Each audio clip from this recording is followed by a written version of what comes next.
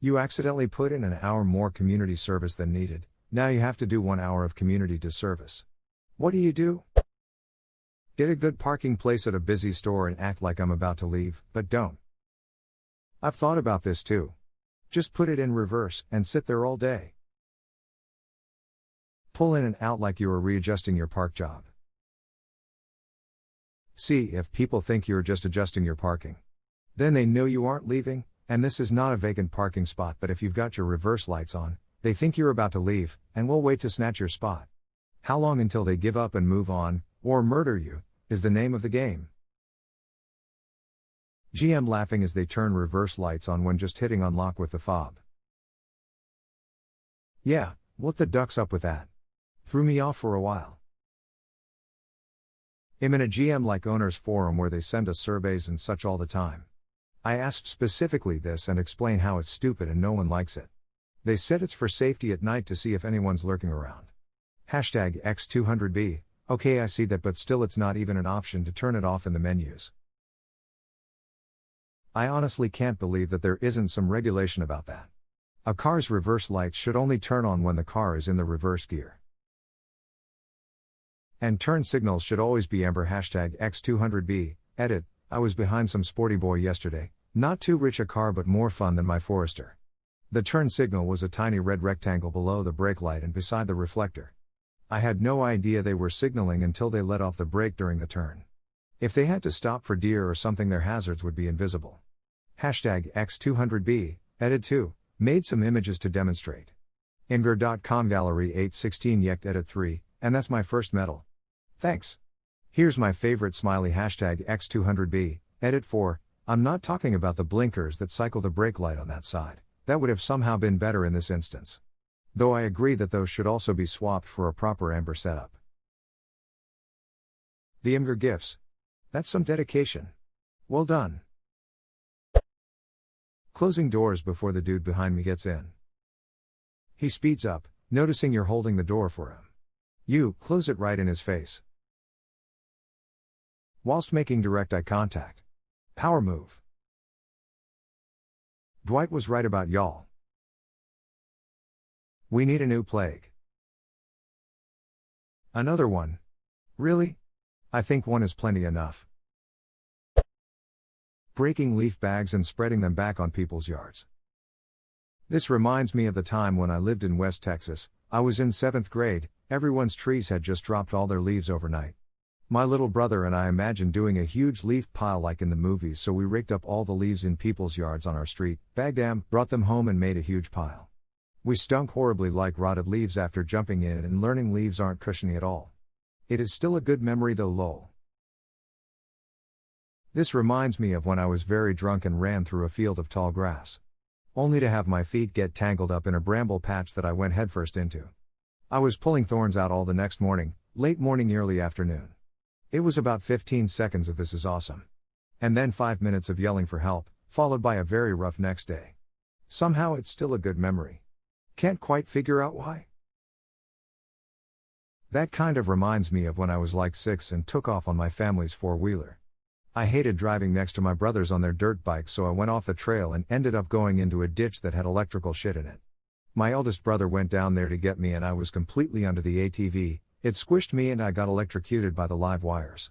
I honestly don't know how I'm alive by the way they tell me the story.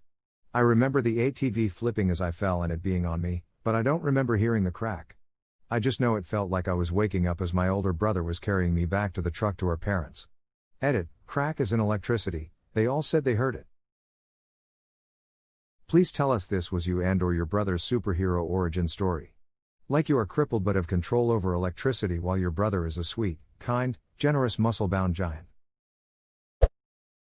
Spend an hour going to gas stations and putting bags on handles. Now nobody knows what works and what doesn't. Op said disservice not make society collapse. No, he wants to place random bags. I say random bags and remove bags from actual faulty ones. Duck you. That's pure evil. What if the so-called broken ones are covered because they give out free gas and they don't want anyone getting free gas? Only one way to find out.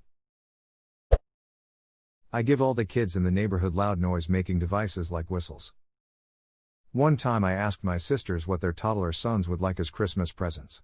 One of them likes Lego, the other likes trucks. I buy the former a moderately priced Lego set, and the latter a truck with a big make all the noises button. After about 2 days the batteries mysteriously went missing. For my community disservice I choose to give this kid new batteries and glue the lid on. Even better, strip the screw so it's impossibly frustrating to screw out. Even better, weld it on without it being obvious.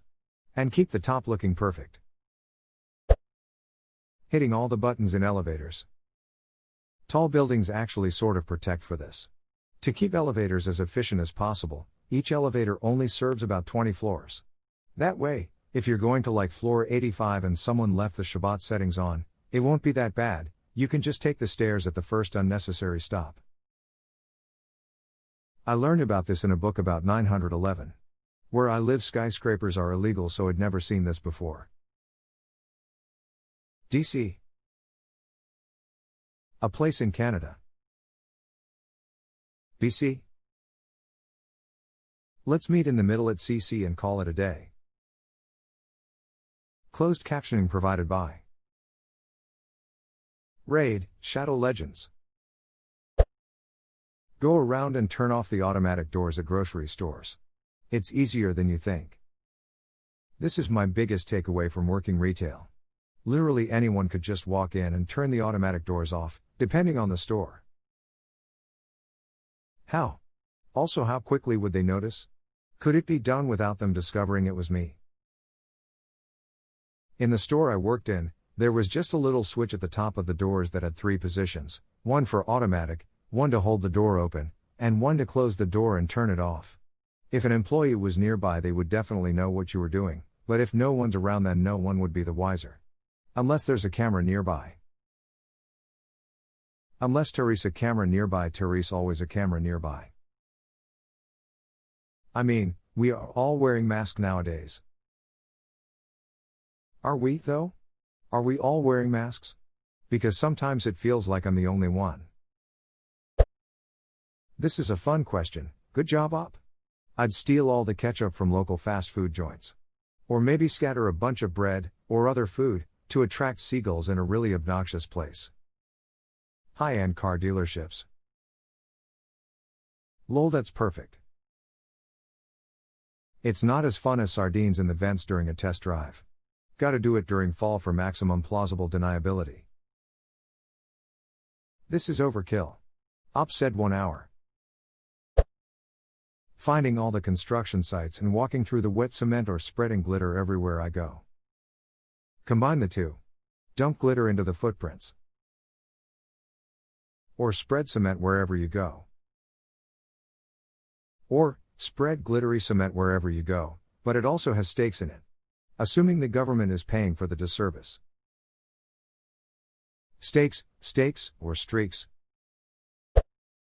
Go on my town Facebook discussion page and start a rumor that the local school district is going to do a complete 180 on the school plan for the year.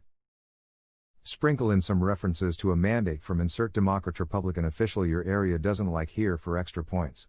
Super extra bonus points for getting it simultaneously blamed on both parties, causing yet more confusion. That latter bit sounds like you have some experience in Michigan politics. Spray a water Vaseline mixture on every door handle I find and watch people cringe with the thought of what it could actually be when they touch it. Pick things off the shelf at grocery stores, walk around for a bit, change my mind about the item, and then leave it sitting wherever I want. I mostly hated this when I worked retail, but sometimes I enjoyed those items which were clear indications of reshuffled priorities. Like the pair of novelty potted plants left on the coffee shelf. Or the bag of frozen veggies abandoned with the pre-packaged muffins. We had this discussion at work the other day. I will admit, I am one of those people. However, I would never leave anything frozen or cold in a random place. That's just rude. To be honest. Thanks. The least you can do is not leave cold stuff. All the other stuff fine. But at least put away the cold stuff. Not because it's rude, because it's a waste. If we find it we have to toss it. But I will be upset about carts. It's cold or hot as duck out there, getting stragglers is the worst. Yes. My mom worked in a grocery store and she always said when the cold stuff was just randomly set somewhere outside of the coolers it was thrown away. But I changed my mind. Cheetos tucked in between the wheat and white bread is fair game. I always put my cart back. I am not an animal.